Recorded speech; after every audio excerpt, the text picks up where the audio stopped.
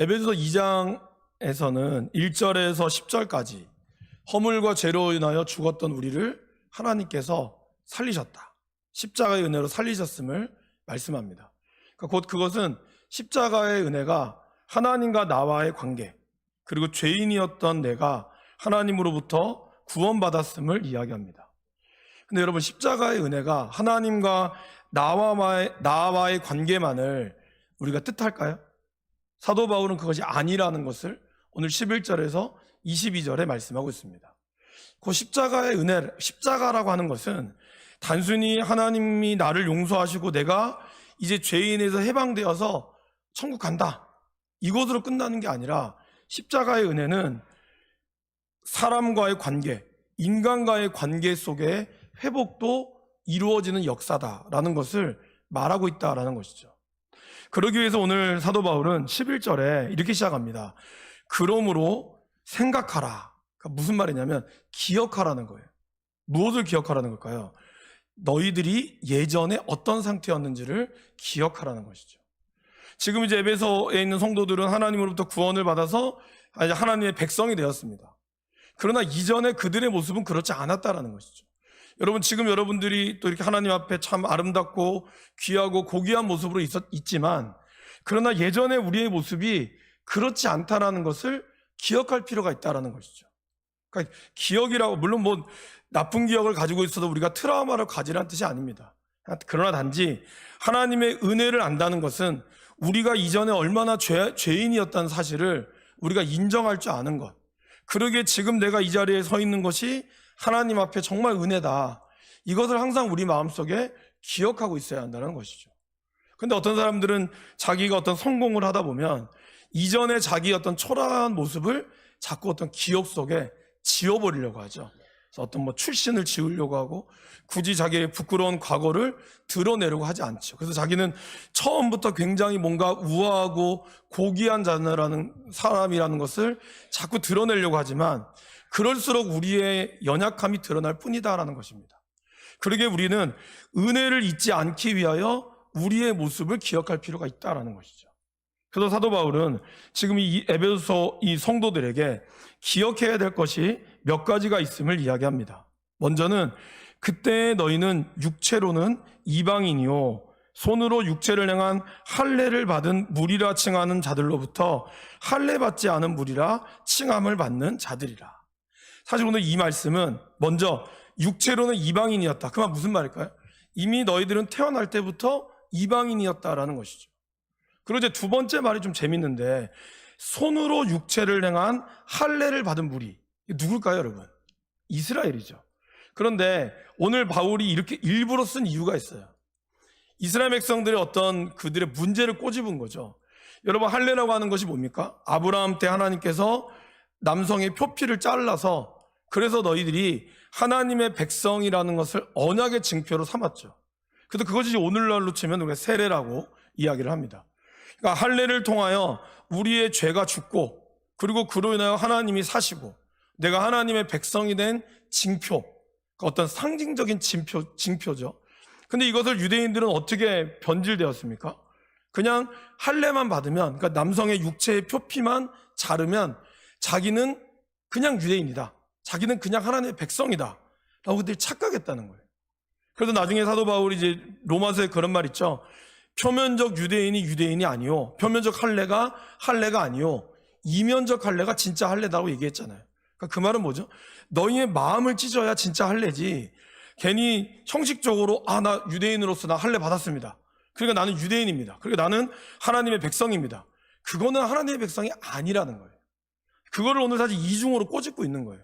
그래서 손으로 육체를 행한 할례, 그러니까 자기네들이 그냥 할례를 받은 것만으로도 자기는 선택받은 백성이고, 너희는 할례 받지 않았으니까 너희는 선택받지 않은 백성이다, 이거를 약간 이제 은근히 꼬우면서 이스라엘 어떤 이방인들의 모습을 얘기하는 거죠. 그러니까 너희들은 이방인이고, 그리고 할례 받지 않은, 원래 하나님으로부터 할례 받지 않는 민족이었다는 것을 기억하라는 거죠. 그리고 그때 너희는 그리스도 밖에 있었다는 거예요. 그 말은 뭘까요? 이미 구원의 자녀로서의 어떤 모습으로서 그들은 떠나 있었다는 것이죠. 그리고 그들은 이스라엘 나라의 바깥의 사람이었다라는 것입니다. 오늘 하나님께서 이 구약의 말씀을 통하여 물론 궁극적으로 아브라함을 통하여 모든 민족을 복을 받기를 하나님 원했지만, 그러나 이스라엘 백성들은 그것을 자기만의 어떤 좁은 시야로 그들이 만들었죠. 그래서 이스라엘 외에는 택함받지 못했다. 이거에 대해서 이제 사도 바울은 두 가지 의미로 얘기하는 거죠. 그래, 맞다. 율법적으로 이스라엘 밖의 사람이었던 것이 바로 너희들이었다. 그리고 약속의 언약들에 대해서도 외인이었다라는 것이죠. 여러분, 성경은 이제 나중에 우리가 한번 또 살펴보겠지만, 성경은 전반적으로 무슨 말씀이죠? 언약의 말씀이죠. 그죠? 하나님이 아담과 하와로부터 언약을 내렸잖아요. 네가 모든 거는 다 따먹어도 되지만 동산 한가운데 있는 선과 악을 먹는 나무는 멸지 마라. 이거는 하나님과 우리 아담과 하와에 맺은 언약이죠. 그리고 하나님이 아브라함으로부터도 언약을 내겼죠. 할례의 언약과 그리고 또 노아로부터는 무지개의 언약. 아브라함에게는 또한 아들과 그리고 가나안 땅을 떠날 때 주셨던 언약. 그리고 다윗에게는 뭘 언약을 내렸죠? 내가 너의 왕가를 끊어지지 않게 하겠고 너희 자손에게 내가 이 나라를 이룰 사람을 세우겠다. 곧 이새의 자손에서 하나님의 자녀가 나오게, 하나님의 아들 메시아가 나오게 하겠다. 그러니까 이러한 언약의 백성들이었다는 거죠. 이스라엘은. 그 말은 무슨 말일까요? 이스라엘은 사실은 그러한 언약을 기다리면서 계속해서 살아왔어요. 그러니까 어떻게 보면 이스라엘 백성들은 그러기 때문에 그들에게는 뭐가 있었죠? 희망이 있었다는 겁니다. 그들은 그렇게 그들의 어떤 로마의 압제와 그리고 헬라의 압제와 아수르의 압제, 바벨론의 압제로부터라도 그들은 늘 언제나 무시당하고 멸시당했지만 그럼에도 불구하고 함부로 하지 못했던 그들의 모습이 있었어요. 그죠? 바벨론에서는 다니엘과 같은 그러한 장군이 있었고요. 또 페르시아에서는 느헤미야와 같은 사람이 있었습니다. 그러니까 뭔가 그들이 대단한 나라도 아님에도 불구하고 분명히 그들을 믿는 그 민족 가운데 하나님의 언약의 백성으로서 그들을 지키고자 하는 하나님의 모습이 다른 민족들에게 이렇게 독특하게 보여주었다라는 것이죠. 그런데 이방인들은 상대적으로 그런 언약을 몰랐죠. 그렇기 때문에 그들은 언약 바깥에서도 외인이었고, 그렇기 때문에 그들에게 늘 뭐였습니까? 소망도 없고 하나님도 없는 자였다라는 겁니다. 여러분, 바울이 아덴에 가서 봤던 그 모습, 그죠? 한 3만 개가 넘는 우상을 섬기고 거기에다가 심지어는 알 수 없는 신에게까지라고 하는 단까지 만들었다. 이 말은 뭘 뜻할까요? 여전히 그들의 인생의 문제에 답을 내지 못했다는 거예요. 오죽 답답했으면 알 수 없는 신이라는 단까지 만들었겠어요. 그들이 그렇게 많은 지식을 내세우고 막 어마어마한 상상과 모든 것을 통해서 막 제우스 신도 만들어내고 온갖 상상을 통하여 많은 신화들을 만들어냈지만 결국 그들은 그들의 인생의 문제를 기껏해야 뭐예요? 선을 행해야 된다. 그래야 너희들이 나중에 다음 생에 사람이 될 것이다. 그들이 그것이 이 땅 가운데서 살 수 있는 선을 행해야 되는 아주 유일한 이유 같지도 않은 이유였다는 거죠. 그렇기 때문에 그들의 어떤 내세의 사상은 언제나 어떻습니까? 어두웠다는 거예요. 그래서 어때요, 여러분? 우리나라에도 전통 문화 가운데는 이제 부모님이 돌아가시고 하면은 3일 동안 곡을 해야 되잖아요. 억지로라도 곡소를 내야 돼요. 그래서 심지어는 부잣집은 어떻게 했습니까? 곡소리 내는 사람을 샀다 그러죠. 왜 그래요? 죽음이라는 것 자체가 슬프고 애통해야지만이 그 사람이 정말 효도한다고 생각했다는 거예요. 그 말은 죽음이라고 하는 어떤 문턱, 그리고 이제 뭐 그 신의 안수라고 하는 영화도 보시면 알겠지만 늘 그 분위기 자체가 다 어두워요. 그 죽음 앞에 죽음의 여정을 따라가는 인간의 어떤 실존의 문제는 어두울 수밖에 없다라는 것입니다. 그리고 그래서 기껏해야 조금 내가 덕을 쌓아서 더 이제 뭐 그 염라대왕 앞에 내가 죽을 수 없다면 비로소 내가 다시 사람으로 환생하거나 아니면 그보다 좀 못한 것으로 환생하거나 그것이 우리 인간의 운명인 것처럼 인생의 모습을 보게 된다는 것이죠. 그러니까 그 말은 다른 말로 표현하면 굉장히 인생을 달가는 것 같지만 결국에는 어느 인생도 어느 곳에서 인생의 문제를 답내릴 수 없다는 거예요. 어떠한 종교도. 그런데 오직 하나님을 믿는 이 기독교만이 예수 그리스도만이 우리의 구원자다라는 것을 분명히 얘기할 수 있는 것은 우리가 믿는 이 기독교밖에 없다는 것이죠. 그러니까 우리가 믿는 예수 그리스도밖에 없다는 거예요.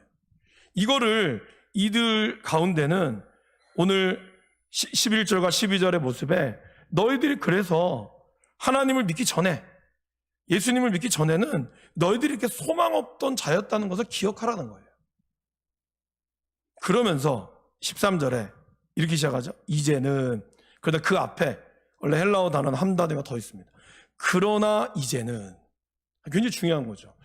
이전에 너희가 전혀 소망이 없었고 전혀 그때 너희들은 이러한 소망도 없는 사람이었으나, 그러나 이제는, 이전에 모든 것은 지나갔으니 보라 새 것이 되었다. 뭘로 인하여?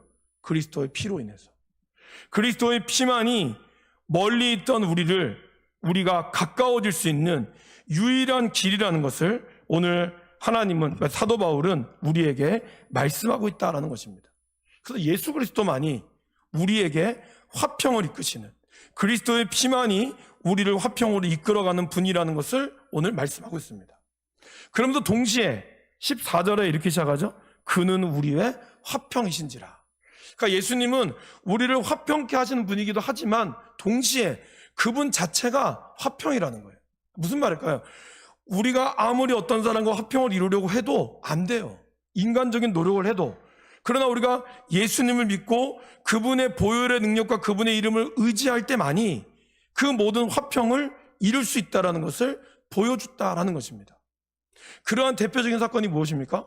바로 예수님의 십자가 죽음이 딱 일어났을 때 복음서에서 기록하는 모든 내용이 뭐였어요? 휘장이 찢어졌잖아요. 성소와 지성소를 잇는 대제사장만 들어갈 수 있는, 그렇게 우리의 죄를 1년에 한 번 용서를 구하러 들어갈 수 있는 대제사장만이 들어갈 수 있는 그 지성소와 성소를 이어는 그 두꺼운 휘장이 한순간에 예수님의 죽음으로 인해 끊어져 버렸어요. 그 말은 곧 하나님과 우리 사이에 있는 그러한 막혔던 담을 완전히 허물어 버렸다는 것을 이야기하고 있다는 것입니다. 그 어느 누구도 그러한 담을 허물지 못했다라는 것이죠. 그 또 하나 중요한 사건은 이 사도 바울이 특별히 중간에 막힌 담이라는 표현을 씁니다.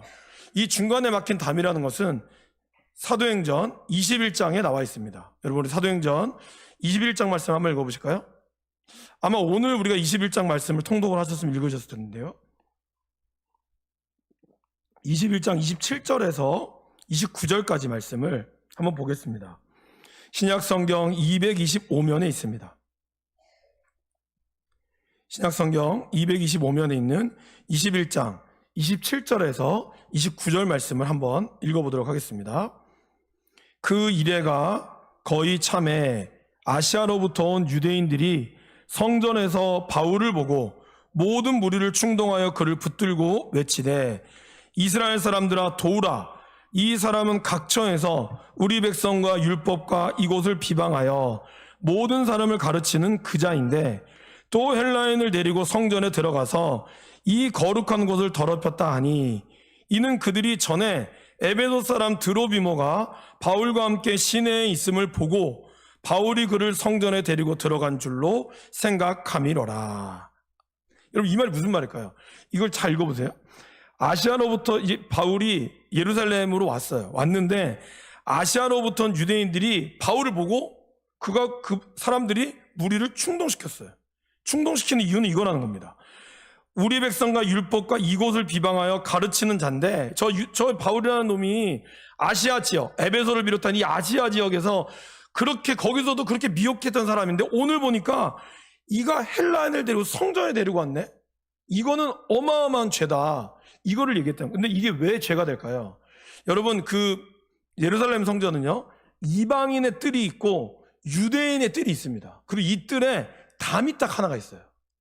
근데 이 담에는 경고문이 붙어 있습니다. 만약에 유대인이 아닌 이방인이 이 유대인의 뜰에 들어오면 죽여도 된다, 사형에 처해도 된다.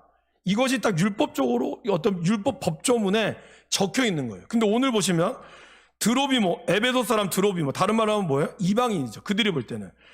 바울이 지금 성전에 온 것을 보고 얘가 분명히 이방인이 들어가면 안 되는 뜰에 얘를 데려갔다. 그러니까 이것만으로도 바울은 어떤 거예요? 죽일 죄를 졌다는 거죠. 근데 실제로 들어갔을까 안 들어갔어요? 안 들어갔어요. 그러니까 이것이 이 담이 좀 작거든요. 아주 낮아요. 막 엄청 높아가지고 못 들어갈 수 있는 게 아니라 마음만 먹으면 들어갈 수 있는데 그 담을 들어가는 것을 보기만 하면 죽일 수 있다라는 경고문이 붙어 있었기 때문에 이 가뜩이나 바울을 꼴보기 싫어하는 사람들이 바울이 에베소 사람을 데리고 이 드로비모를 데리고 오니까 분명히 얘가 예루살렘 성전에 이방인이 들어가지 말아야 될 뜰에 들어갔을 것이다. 그렇게 해서 이거를 충동해서 바울을 죽이려고 했다는 것이죠. 바울은 오늘 에베소서를 쓰면서 다시 에베소를 넘어오시면요. 2장 13절에 보시면 14절에 이렇게 나오죠. 아니요. 14절에 보시면 그는 우리의 화평이신지라 둘로 하나를 만드사 원수된 것 곧 중간에 막힌 담을 자기 육체로 허셨다라는 걸 표현해 바로 그 뜻입니다. 바울은 아마 에베소 성도들에게 자기가 있었던 경험, 막힌 담이 있었고 거기에 유대인이 이방인은 들어갈 수 없는 이 담이 있었는데 이 담이 아직까지도 허물어지지 않았다는 것을 그는 알고 있었죠. 그렇기 때문에 이것으로 인해 자기가 오해받은 것을 알고 있었다는 거예요. 이 담이 굉장히 낮음에도 불구하고 이 담을 넘어가면 이방인은 죽을 수 있는데 이 죽음을 위하여 누가 오셨다고요? 예수님이 오셨다는 거예요. 그래서 예수님께서 이 담을 허셨다라는 것을 얘기합니다. 실제로 예수님이 허셨을까요? 아니요, 허지지 않으셨어요. 실제로 이 담은 AD 70년에 로마가 쳐들어와서 비로소 허물어졌습니다. 그러니까 이 말을 한 의미가 뭘까요, 여러분? 이 말하는 의미는 여전히 유대인과 보이지 않는 담이 존재하고 있다라는 것을 얘기하는 겁니다. 그리고 이것은 곧 저와 여러분들 사이에도 우리들 안에도 여전히 우리 가운데 담이 존재할 수 있음을 보여준다라는 것입니다. 이 담이 굉장히 낮지만 그러나 이 담 사이를 두고 어느 누구도 이 담 사이를 쉽게 넘나들지 못하는 관계의 어려움의 담이 있구나. 우리나라로 치면 뭐였어요? 신분의 담이 있었고 빈부의 담이 있었고 그리고 그런 차별의 담이 여전히 존재하고 있다라는 것입니다. 이 담을 많은 사람들이 헐려고 했죠. 그러나 그 담을 헐지 못했다라는 것입니다. 왜요? 사람들의 탐욕 때문에, 자기의 욕심 때문에. 그렇게 담을 허물려고 하지만 기존에 가지고 있던 기득권 세력들은 그 담을 허물기를 원치 않았죠. 여러분, 그래서 결국 우리나라도 양반과 그런 어떤 노비 이런 제도들이 결국은 어떻게 벌어졌을까요? 물론 개화기라고 해서 막 여러 머리를 자르고 이런 두발을 자르고 이러면서 그런 노력을 했지만 결국 그것이 실제적으로 이루어졌던 것은 바로 교회였죠. 평양 대부흥의 운동으로 인해서 그리고 양반과 백정이 같이 장로가 됨으로 인하여 교회는 자연스럽게 그것이 허물어지는 성령의 역사가 허물어지는 결과들이 일어났다라는 것입니다. 그러니까 이것이 사람의 힘으로는 허물어질 수 없다라는 것이죠. 여러분들 안에도 가족 간에 보이지 않는 담, 그리고 내 이웃 간에도 우리 교회 안에도 보이지 않는 담이 존재할 수 있어요. 근데 그 담을 어떻게 우리가 할 수 있을까요? 그것은 곧 우리의 화평이신 온전히 예수 그리스도만을 바라볼 때만이 우리가 이 담을 허물어 갈 수 있다라는 것입니다. 이거를 사도 바울은 오늘 얘기하고 있다는 거예요. 결국 여러분 교회의 관점에서 보면 교회가 먼저 교회 안에서 먼저 이러한 담들이 허물어져야 되고 교회 안에 있는 하나님의 말씀이 그리고 그리스도의 십자가의 피만이 이 담을 허물 수 있음을 우리가 알아야 한다라는 것입니다. 그래서 결국 이 담이 허물어질 때 어떻게 될까요? 이 둘로 자기 안에 한 세 사람이 지어지게 된다는 거예요. 그래서 이거를 제가 오늘 어떤 책에도 읽어보니까 이 부분에 약간은 소제목을 뭐라고 했냐면 새로운 인류라고 표현했더라고요. 그 말이 참 와닿았어요. 그러니까 바울에게 이제 새로운 인류가 탄생한 거예요. 뭘까요? 헬라인도 아니고 유대인도 아닌 뭐예요? 그리스도인. 이 그리스도인이라는 제3의 인류가 이제 이곳에서 태어났다라는 겁니다. 여러분, 이것은 안디옥 교회가 그리스도인이라고 불리는 것만큼 굉장히 중요한 겁니다. 그전에는 어느 출신이에요? 어느 지방이에요? 말투가 어디예요? 이것으로 그들이 어느 대학 나왔어요? 어느 고등학교 나왔어요? 이것이 되게 중요했는데 교회 안에서 그리스도를 믿는 자에게는 이제는 그것이 어떤 것이 다 필요 없게 되는 거예요. 어느 지역이 됐든지 간에, 나와 같은 동양이 됐든지 아니면 방향이 됐든지 아니면 나와 같은 뭐 어떠한 집안이라 될지라도 그리스도 안에서 이제는 새로운 인류 대신 그리스도인이 되었다. 이것이 오늘 우리에게 새로운 정체성이 되어야 한다라는 것입니다.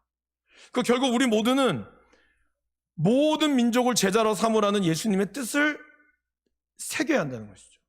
여러분, 모든 민족을 제자로 삼으라고 했지 어떠한 부류만 제자로 삼으라고 얘기한 적이 전혀 없다는 사실을 우리는 기억해야 한다는 것입니다. 근데 우리도 모르게 사람들을 고르죠. 우리도 모르게 사람들을 대할 때 나의 어떤 나와 비슷하고 나와 좀 친하고 이런 사람들이 우리 안에 모임이 생긴다는 거예요. 그러나 교회 안에서는 적어도 오히려 의도적으로 나와 맞지 않아도 그들과 같은 그리스도인으로서 우리가 십자가 앞에 더 나아가기 위해서는 그런 모습이 저와 여러분들에게 있어야 한다는 것입니다. 특별히 교회가 오래된 교회일수록, 우리 교회도 오래된 교회 편하죠. 속하죠. 그리고 전 70년, 90년 된 교회를 봤지만 그러한 교회들일수록 더 자기들은 그러지 않는다고 얘기하시지만 사실은 보이지 않는 그들 안에 그런 것이 있다는 거죠. 새 가족들이 들어오기 쉽지 않은, 그것도 사실 어떻게 보면 담이죠, 여러분. 그 담을 누가 허물 수 있겠습니까? 바깥에서 허물 수 있는 게, 이것을 안에서부터 바깥으로 같이 허물어져야 가는 거죠. 바깥에서 허물려고 그렇게 애를 쓰지만 안에서 다시 담을 쌓고 있어요. 그러니까 이 담이 온전히 허물어지지 않는다라는 것입니다. 그러게 이 담은 오직 그리스도, 그죠? 예수님의 그 피로만이 가능하다는 것을 오늘 사도 바울은 우리에게 이야기하고 있다는 것입니다. 십자가 앞에서만 진정한 평등과 화평이 있을 뿐이다라는 것입니다. 이런 의미에서 봤을 때 우리가 뭐 그러면은 지금 나오는 차별법도 결국에는 담을 허무는 거 아니냐? 이거는 사실 전혀 다른 문제죠. 이 차별법은 엄밀히 얘기하면 동성애법을 얘기하는 거고, 이거는 하나님이 기존에 만든 창조 질서 자체를 아예 부정하자는 뜻이거든요. 이거를 마치 차별이라는 이름으로 교묘하게 만들어 놨다는 거죠. 여러분, 차별과 구별은 완전히 다른 겁니다. 하나님이 낮과 밤을 구별했고 하나님이 남과 여를 구별했지 차별하지 않으셨어요. 근데 마치 그거를 남과 여를 차별했다라고 사람 착각하게 만든다는 거죠. 그것이 가장 그러니까 그것이 진짜 위험한 담이라는 겁니다. 하나님은 우리를 남자 여자로 구별하였고 그 구별하는 것 가운데 이미 아담과 하와 때부터 남자와 여자를 동등한 반대자, 돕는 반대자로 하나님은 처음부터 이렇게 만들어 내셨습니다. 근데 그것이 갑자기 뭔가 남자가 힘이 더 세고 뭔가 사회적으로 우월하게 만들어 놓고 나서 지금 와서 뭔가를 차별법을 만든다고 얘기하고 있고, 그리고 뭔가 이제 좀 퀴어 신학이라고 하는 것을 해서 마치 예수님이 그런 뭐 동성애를 했다느니 다윗과 요나단이 사실은 성적인 관계를 맺었다는 이런 말도 안 되는 것을 통하여 신학을 이렇게 변질시키고 만든다는 거죠. 그로 인하여 마치 하나님이 굉장히 그거를 지지하는 것처럼 이야기하는 그것 앞에 우리는 이제 분별할 수 있어야 한다는 것입니다. 그러니까 우리가 그 사람을 사랑해야 되는 건 당연한 거지만 그러나 그것을 죄로 이야기해야 된다는 것은 분명한 사실이다라는 것입니다. 그러니까 여러분, 그런 의미에서 봤을 때 우리가 정말 이 시대에서 정말 기도를 많이 해야 되고, 그리고 여러 가지를 우리가 분별할 수 있는 힘을 잘 키워야 한다라는 것입니다. 그리스도 안에서 차별은 있어서는 안 됩니다. 그리스도 안에서 그 모든 것들이 온전히 하나가 되어지고 하나님 안에서 거룩한 질서가 존재하는 것 뿐이지 그것 가운데 뭔가 차별이 이루어지는 것은 당연히 안 된다는 것이죠. 그 모든 것들은 바로 십자가로 인하여 소멸되었음을 이야기합니다. 이러한 소멸된 것은 곧 우리에게 뭘 얘기할까요? 17절, 먼 데 있는 너희에게 평안을 전하고 가까운 데 있는 자들에게도 평안을 전한다라는 것입니다. 곧 예수 그리스도의 피로 입은 사람은 어떤 존재가 된 거죠? 이전과는 다른 완전히 새로운 존재가 되었죠. 그럼 여러분, 새로운 존재가 된 우리에게 새로운 사명이 있어요. 그죠? 우리가 새롭게 받았으면 새로운 사명을 받는 겁니다. 이전에 내가 고등학교 때까지는 그냥 이렇게 됐지만 대학교에 그러한 대학의 졸업장을 받고 뭔가 라이센스를 받는다면, 물론 이제 그 라이센스를 받아서 꼭 그대로 하지 않는 경우도 있지만, 그렇게 해서 그 사람이 대학생으로서 아니면 뭔가 여러분들이 어떤 자격증을 땀으로써 자격증을 준다, 이 말은 뭘 뜻할까요? 당신이 이 자격증으로 이거를 위하여 좀 일해주세요 라는 의미잖아요. 그죠? 이 대학 졸업증으로 당신이 이 정말 나라와 민족을 위해서 다른 사람을 위하여 써주세요 라고 해서 나라에서나 대학교에서 졸업장을 주는 것처럼, 저와 여러분들이 하나님의 십자가 은혜로 구원받아서 구원의 백성이 되었다는 것은 여러분들을 곧 새로운 사명의 자리로 이끌어가게 했다라는 거예요. 그것이 뭘까요? 그것이 바로 고린도 후서 5장의 말씀에 있습니다. 에베소서, 갈라디아서 바로 앞에 있는 고린도 후서 5장 17절. 고린도후서 5장 17절부터 19절까지 말씀을 한번 쭉 읽어보겠습니다. 5장 17절부터 19절까지입니다. 291면에 있습니다. 신약성경. 같이 읽어보겠습니다. 그런즉 누구든지 그리스도 안에 있으면 이전 것은 지나갔으니 보라 새 것이 되었도다. 모든 것이 하나님께로서 났으며 그리스도로 말미암아 우리를 자기와 화목하게 하시고 또 우리에게 화목하게 하는 직분을 주셨으니 곧 하나님께서 그리스도 안에 계시사 세상을 자기와 화목하게 하시며 그들의 죄를 그들에게 돌리지 아니하시고 화목하게 하는 말씀을 우리에게 부탁하셨느니라. 20절에 이렇게 나오죠. 그러므로 우리가 그리스도를 대신하여 사신, 그죠? 그러니까 대사가 돼서 하나님이 우리를 통하여 너희를 권면하는 것 같이 그리스도를 대신하여 간청하노니 너희는 하나님과 화목하라는 거예요. 그리고 너희들이 이웃과 화목하게 하는, 오늘 에베소서의 말씀으로 다시 돌아오면 뭐예요? 평안을 전하는 사명을 우리에게 주셨다라는 것입니다. 그러니까 교회는 곧 무슨 사명을 감당하는 거죠? 평안을 전하는 성도들이 모여서 교회가 이 땅에 그리스도의 피, 그 피로 인하여 우리가 하나가 되었음을 증거하고, 이 땅의 어두움 가운데 분열의 영이 가득한 이곳에 진짜 그리스도인으로 인하여 하나님이 화목하게 하는 역할을 우리에게 주셨음을 우리가 기억하라라고 말씀하고 있다라는 것입니다. 그러니까 여러분, 우리의 정체성은 뭐예요? 그리스도인이고, 그리스도인의 사명은 뭐예요? 그리스도의 복음을 전하는 것이고, 그 복음은 뭡니까? 바로 하나님이 주시는 평화, 하나님 주시는 이 화평, 그것을 우리가 온전히 내가 화목하게 되었으니 이제 나도 화목하게 하는 직분을 받았다라는 것을 우리가 기억해야 한다라는 것입니다. 그렇게 교회 안에 분란과 분쟁의 소지가 일어나면 안 된다는 거예요. 그러면 그럴 때 정말 우리가 엎드려 기도해야 한다는 거예요. 네가 잘나니 내가 잘나를 떠나서 먼저 하나님 앞에 우리가 죄인이라는 사실을 기억해야 한다는 거예요. 누가의 잘못을 물론 따질 필요가 있겠지만, 그러나 그 전에 우리 모두 하나님 앞에 죄인이었다는 사실을 먼저 기억하고 나서 그 다음에 우리의 문제들을 나가야 한다는 것이죠. 이거를 놓치면 교회가 세상에 나가서 화평의 복음을 전할 수가 없다라는 것을 바울은 우리에게 이야기하고 있습니다. 그리고 이제 그로 인하여 그로 말미암아 우리 둘이 한 성령 안에서 아버지께 나아감을 얻게 하려 했다라는 것이죠. 그러니까 결국 아버지께 나아간다. 여러분이 나아간다라는 뜻은 원래 왕 앞에 왕을 아련한다라는 뜻이거든요. 여러분, 왕을 아련할 수 있는 사람은 누가 올 수 있는 거죠? 왕이 허락한 사람. 그 중국 영화 중에 아주 오래됐는데요, 이연걸이 주연한 이 영웅이라고 하는 영화가 있습니다. 이 영화가 이제 어떤 영화냐면 진시황을 암살하는 사람들의 이야기예요.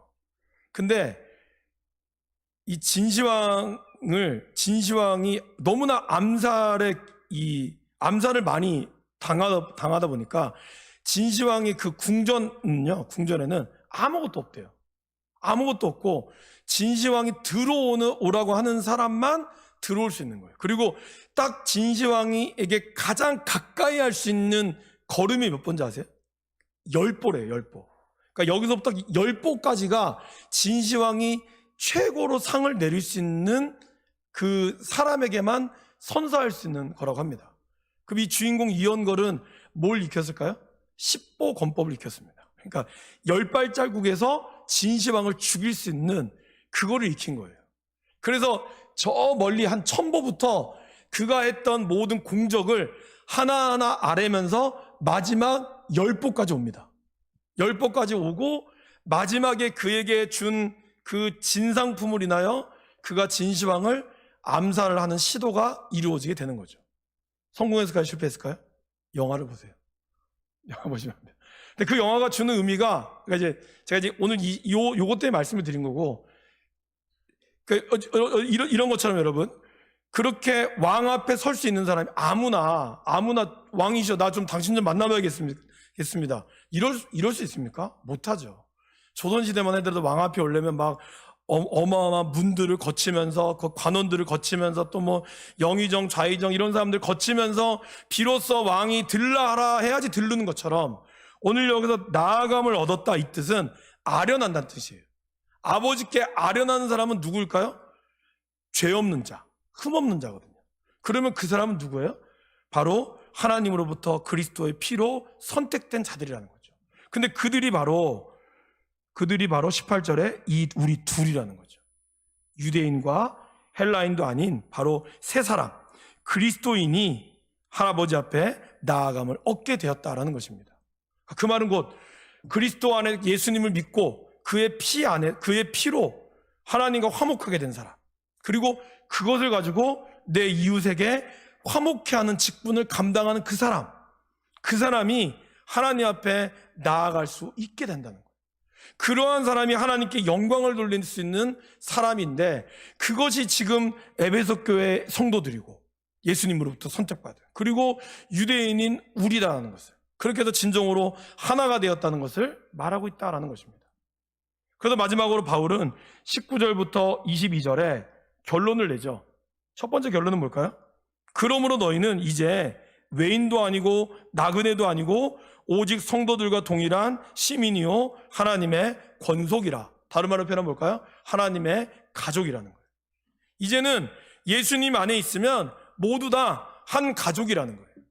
그러기에 출신이 어디고 네가 교회를 몇 년 나왔고가 중요한 게 아니라 예수님을 믿고 그 뜻대로 살아가는 모든 사람은 하나님의 권속이고. 근데 여러분, 여러분의 자녀도 보세요. 내 배에서 난 자녀지만 다 다르지 않습니까? 그리고 그런 얘기 들 때가 있잖아요. 저거 누구 자식이야? 내 자식이 낳지만 나도 모를 때가 있는 게 우리 아이잖아요. 그죠? 마찬가지로 하나님의 자녀이지만 각자의 모양이 다 다를 수 있다는 거예요. 이 장로님의 모습이 예수님을 믿는 모습이 좀 다를 수 있고, 또 우리 권사님이 믿는 모습도 다를 수가 있어요. 그러나 그리스도 안에라면 그 모든 모양은 다 다르라도 하나라는 사실을 우리가 인식하는 게 필요하다라는 것입니다. 그래서 처음에 처음에 조선에 들어올 때 예수님의 모습을 어떻게 그렸다고 아마 들으셨습니까? 양반 모양으로 예수님 그렸다 그러죠. 그리고 아프리카에서는 예수님을 어떻게 그려요? 흑인으로. 우리는 그걸 가지고 저 예수님 아니다 얘기 못 한다는 거예요. 그들에게 있어서 예수님은, 나를 위하여 오셨던 예수님은 나와 동일한 색깔을 드렸다고 생각할 수 있다는 거죠. 사실 그런 얘기 많이 들으셨잖아요. 지금의 예수님, 우리가 알고 있는 예수님의 모습은 엄밀히 얘기하면 백인들이 만든 예수님의 모습이죠. 진짜 중동 사람 하면 뭐죠? 머리 곱슬곱슬하고 약간 이 수염 있고, 그런 사람이 진짜 예수님, 그리고 머리도 단발이고, 그런 사람이 누가 그 더운 중동에서 머리 기르고 다닙니까, 여러분? 더워 죽겠는데. 그게 못합니다. 그러니까 그런 것처럼, 그런 예수님의 모습이 각자에게 다양하게 비춰지는 것처럼 오늘 우리에게도 예수님을 믿는 그 모습은 다 다를 수 있다라는 것이죠. 그러니까 우리가 그거를 교회 안에서 잘 인정해 주는 게 중요하다는 겁니다. 근데 그러면서 동시에 20절에 이렇게 얘기하죠. 같이 읽어볼까요? 너희는 사도들과 그리스도 예수께서 친히 모퉁이 돌이 되셨느니라. 그러니까 비록 모양은 다르지만 그들이 받았던 가르침은 똑같다는 거예요. 같아야 한다는 거죠. 무슨 말일까요, 여러분? 사복음서는 원래 복음서가 4개인데 이 말은 무슨 말일까요? 각각에 쓴 저자가 시각이 좀 다릅니다. 그러니까 복음서를 쓴 시각이 다 다르죠? 4개의 시각이 있죠. 유대인의 시각으로 쓴 마태복음, 그리고 로마인의 시각으로 쓴 마가복음, 헬라인의 시각으로 쓴 이 누가복음, 그리고 약간 그리스도인의 관점, 9세기 이 900년대 1세기 후반에 쓰여진 시각으로 쓰여진 요한복음. 이 시각은 다 다르지만 복음은 몇 개예요? 복음은 하나죠. 각자에게 시각은 조금씩 다르지만 복음은 하나인 것처럼 우리가 살아가는 모습이 다 다릅니다. 그러나 그 안에 담겨져 있는 말씀, 예수님의 말씀은 하나라는 거예요. 이걸 놓치면 안 된다는 거죠. 그래서 우리는 사도들과 선지자들의 터 위에 세우심을 입은 자고 그리스도 예수께서 친히 모퉁이 돌이 되어졌다는 거예요. 그러니까 교회 안에 다양한 사람들이 있을 수 있지만 그들이 공통적으로 고백되어야 되는 고백은 뭐죠? 주는 그리스도시요 살아계신 하나님의 아들이시다. 그리고 그분의 십자가의 사건과 그분의 죽으심과 그 부활, 내가 이거를 믿습니다.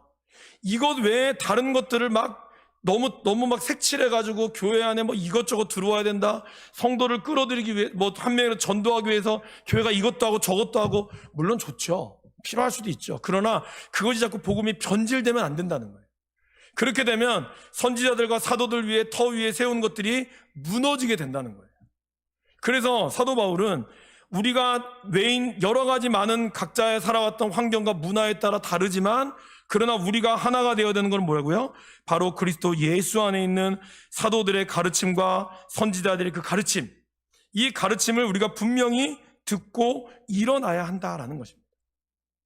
그래서 여러분, 그래서 교회 안에 이런 양육의 과정이라든지 말씀을 읽고 예수님을 듣고 배우는 과정이 필요하다라는 거예요. 나는 직분을 받았으니까 나는 다 안다. 착각하지 마세요. 착각하면 안 돼요. 우리가 늘 말씀 안에서 내가 정말 매일매일 그러한가, 말씀으로 나를 바라보지 않으면 처음으로는 내가 올바르게 시작해도 나중에는 하나님을 믿지 않는 가운데 나간다는 겁니다.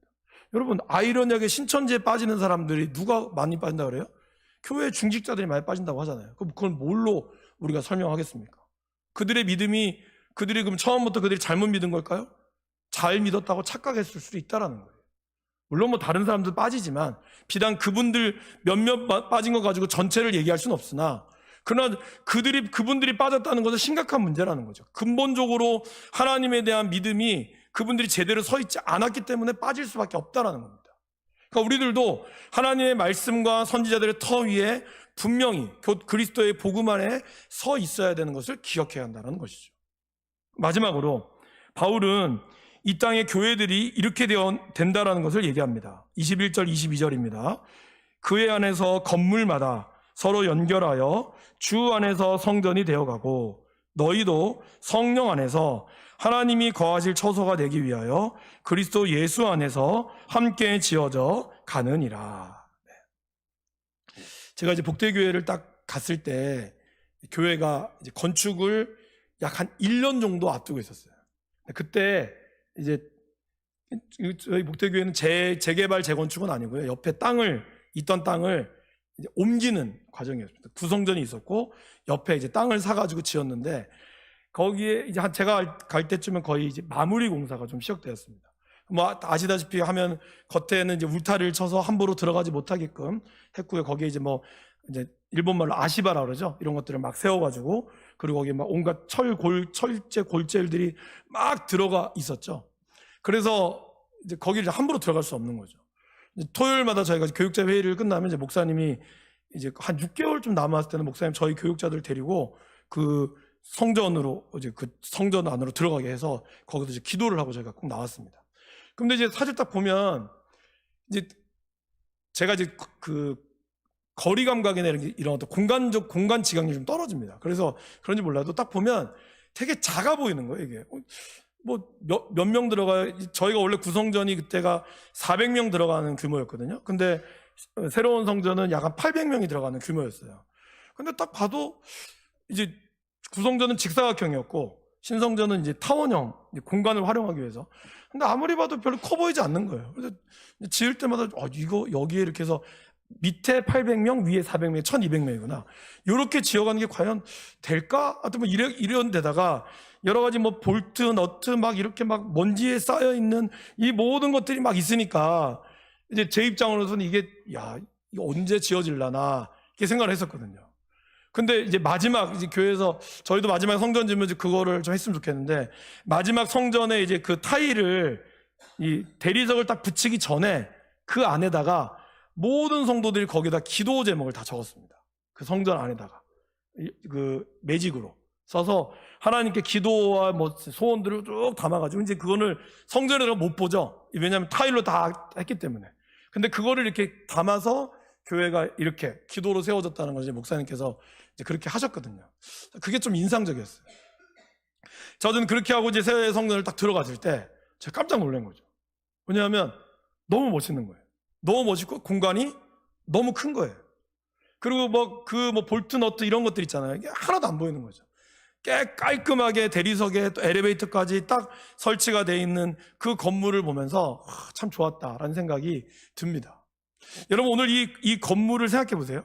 그의 안에서 건물마다 서로 연결되어 갑니다. 그러니까 볼트 너트 하나하나로 이거 자체는 한 500원짜리고 300원짜리밖에 안 돼요. 뭐 기껏해야 1,000원, 2,000원 이런 것들밖에 안 되는데, 이런 것들이 하나가 빠지면 안 되죠. 자동차에는 수많은 부품이 들어간다고 하더라고요. 근데 거기에 아주 자그마한 부품이라 할지라도 그 물품 빠지면 자동차에 심각한 문제가 생길 수 있다고 합니다. 건물도 마찬가지겠죠. 그러한 건물들, 시멘트 하나, 이런 모든 것들 하나하나가 연결되어 가고 그러면서 성전이 되어져 간다는 거예요. 근데 요 하나하나만 볼 때는 그렇게 멋있지가 않죠. 요 대리석 하나만 가지고는 이 대리석을 어디다 쓰겠습니까? 그러나 이 대리석이 연결되면 큰 성전이 지어지는 거죠. 어떻게 보면 저와 여러분들의 모습은 개개인으로만 보면 그렇게 볼품이 없을 수도 있습니다. 그리고 그 안에는 아주 이것만 가지고 이거 어디다 쓰나 할지도 몰라요. 하지만 그것이 연결되어져 갈 때는 어마어마한 성전이 하나님의 나라를 이끌어간 모습이 된다라는 겁니다. 그러니까 우리가 그걸 기대해야 한다는 거죠. 그러니까 성도의 연약함이 보이죠. 다 보입니다. 여러분들이 저의 연약함을 보이듯이 저도 여러분의 연약함이 보이죠. 그 연약함만 보면 저분은 정말 교회를 해야 될 사람인가 아닌가, 내가 정말 목사가 맞나 아닌가 할 수 있지만, 그러나 그 가운데 하나님이 그 자리에 그분을 세우고 그 자리에 그분을 딱 만들어가고 연결되어져 가면서, 그리고 거기에 뭐가 있어야 돼요? 예수 그리스도의 그 은혜, 그 안에 성령의 역사가 들어가면, 그런 어떤 것들이 마감이 되어져 가면 그 안에 놀라운 하나님의 역사가 이루어지게 된다라는 것입니다. 이것이 바로 이 교회가 사도 바울이 우리에게 이야기한 교회의 모습이라는 거예요. 이 모습을 저와 여러분들이 잘 지어갈 수 있기를 주님의 이름으로 간절히 축원합니다.